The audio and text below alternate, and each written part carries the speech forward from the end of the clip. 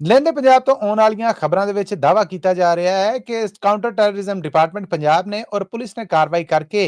6 ਅਤਿਗਰਦਾਂ ਨੂੰ ਫੜਿਆ ਹੈ ਔਰ ਇਹ 6 ਦੇ 6 ਨੇ ਜਿਹੜੇ ਇਹ ਭਾਰਤੀ ਏਜੰਸੀ ਰਾਹ ਦੇ ਕਰਿੰਦੇ ਨੇ, ਜਿਹੜੇ ਉਹਨਾਂ ਦੇ ਕੋਲੋਂ ਪੈਸੇ ਲੈ ਕੇ ਜਾਂ ਫੰਡਸ ਲੈ ਕੇ ਪਾਕਿਸਤਾਨ 'ਚ ਖੂਨ ਖਰਾਬੇ ਔਰ ਹਮਲੇ ਕਰਨ ਸਮੇਤ ਟਾਰਗੇਟ ਕਿਲਿੰਗ ਦੀਆਂ ਕਾਰਵਾਈਆਂ ਨੇ ਜਿਹੜੀਆਂ ਉਹਨਾਂ ਦਾ ਹਿੱਸਾ ਨੇ। ਟੋਬਾ ਟੇਕ ਸਿੰਘ ਔਰ ਬਹਾਵਲਪੁਰ 'ਚ ਕੀਤੀ ਗਈ ਕਾਰਵਾਈ ਦੇ ਵਿੱਚ ਇਹ ਜਿਹੜੇ 6 ਅਤਿਗਰਦ ਗ੍ਰਿਫਤਾਰ ਕੀਤੇ ਗਏ ਨੇ। ਆਖਿਆ ਜਾ ਰਿਹਾ ਕਿ ਇਹ 6 ਦੇ 6 ਪਾਕਿਸਤਾਨੀ ਨੇ। ਸਿਟੀ ਦੇ ਮਹਿਕਮੇ ਦਾ ਆਖਣਾ ਹੈ ਕਿ ਇਹਨਾਂ ਦੇ ਕਬਜ਼ੇ ਦੇ ਵਿੱਚੋਂ ਵੱਡੀ ਗਿਣਤੀ ਦੇ ਵਿੱਚ ਗੋਲਾ ਬਰੂਦ ਔਰ ਅਸਲਾ ਜਿਹੜਾ ਉਹ ਵੀ ਫੜਿਆ ਗਿਆ ਆ ਔਰ ਦੁਬਈ ਤੋਂ ਜਿਹੜੀ ਭਾਰਤੀ ਏਜੰਸੀ ਰਾਹ ਦੀ ਫੰਡਿੰਗ ਇਹਨਾਂ ਨੂੰ ਹੁੰਦੀ ਸੀਗੀ ਦੁਬਈ ਰਾਹੀਂ, ਉਹਦੇ ਵੀ ਸਬੂਤ ਨੇ ਜਿਹੜੇ ਉਹ ਫੜ ਲਏ ਨੇ। ਇਹਦੇ ਵਿੱਚ ਬਾਕਾਇਦਾ ਐਲਾਨ ਦੇ ਵਿੱਚ ਦੱਸਿਆ ਗਿਆ ਹੈ ਕਿ ਇਹ ਬਾਵਲਪੁਰ ਦੇ ਵਿੱਚ ਇੱਕ ਮਸੀਤ ਔਰ ਰੇਲਵੇ ਸਟੇਸ਼ਨ ਬਾਵਲਪੁਰ ਆ ਜਿਹੜਾ ਉਹਨੂੰ ਨਿਸ਼ਾਨਾ ਬਣਾਉਣ ਦੀ ਤਿਆਰੀ ਕਰ ਰਹੇ ਸਨ ਕਿ ਉਸ ਤੋਂ ਪਹਿਲਾਂ ਗ੍ਰਿਫਤਾਰ ਹੋ ਗਏ ਔਰ ਇਹਨਾਂ ਦੀ ਗ੍ਰਿਫਤਾਰੀ ਤੋਂ ਬਾਅਦ ਦੱਸਿਆ ਗਿਆ ਹੈ ਕਿ ਭਾਰਤੀ ਮੇਜਰ ਰਵਿੰਦਰ ਰਾਠੌਰ ਔਰ ਇੰਸਪੈਕਟਰ ਸਿੰਘ ਇਹਨਾਂ ਦੀ ਆਡੀਓ ਹੈ ਜਿਹੜੀ ਉਹ ਵੀ ਇਹਨਾਂ ਦੇ ਕਬਜ਼ੇ 'ਚ ਫੜੀ ਗਈ ਹੈ,